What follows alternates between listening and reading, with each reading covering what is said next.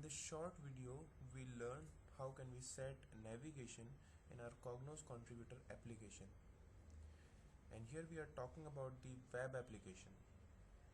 Now what is a navigation? Let me explain. When you open an EList node in your web application, the model will be shown in terms of different tabs to an end user. Now sometimes user come up with a requirement where they want some tabs at some specific locations. For example, user may come up and ask you to set this travel costs tab as the first tab of this model. They just want to rearrange these tabs as per their requirement. Now how do we do that? We'll open contributor administration console. We'll go to the development and we'll select navigation. Here all the cubes which exist in your model will be shown to you. Now if the requirement is to set travel costs as the first cube, you will send the travel costs at the top. Similarly, if you want to rearrange these cubes, you can do that on this screen. So just for example, if user wants all the tabs to set as per their alphabetical numbering, we'll just do that.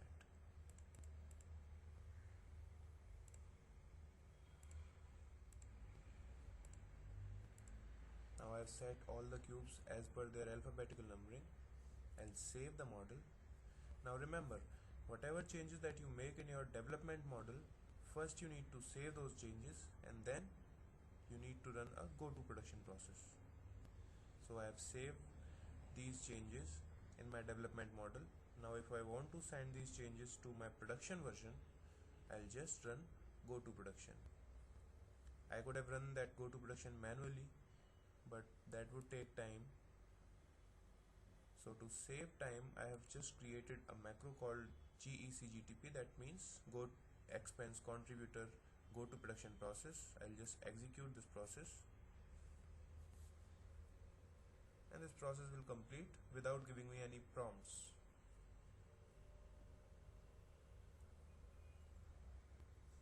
But one important thing to remember is that when you are running a go to production process with help of a macro, you need to remember that what all options did you set while you created that macro. Because when you run go to production using the manual method by clicking on this arrow button, you are presented with all the options. You could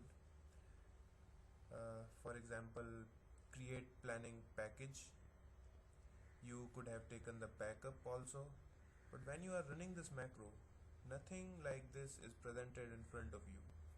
So it's your responsibility to take any backups that may be required, to check the invalid owners or editors, and if you have any doubts about your changes to be sent to your production version, or if there is a possibility that other users may have been editing the nodes of your e-lists, it's better that you do run the go to production process manually. But if not, you can just take backup of your application with this contributor application and you can just run a macro the way I did. Now as soon as this go to production process completes, we'll be able to change this tab rearrangement. To check that, I have closed this model.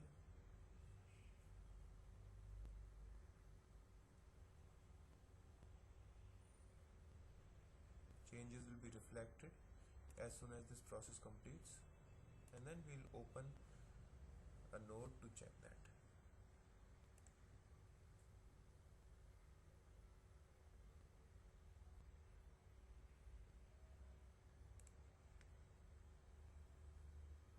go to production process may take some time depending on your model size, the number of e-list items you have, or the kind of change that you have performed. Sometimes when you have performed access related changes, you have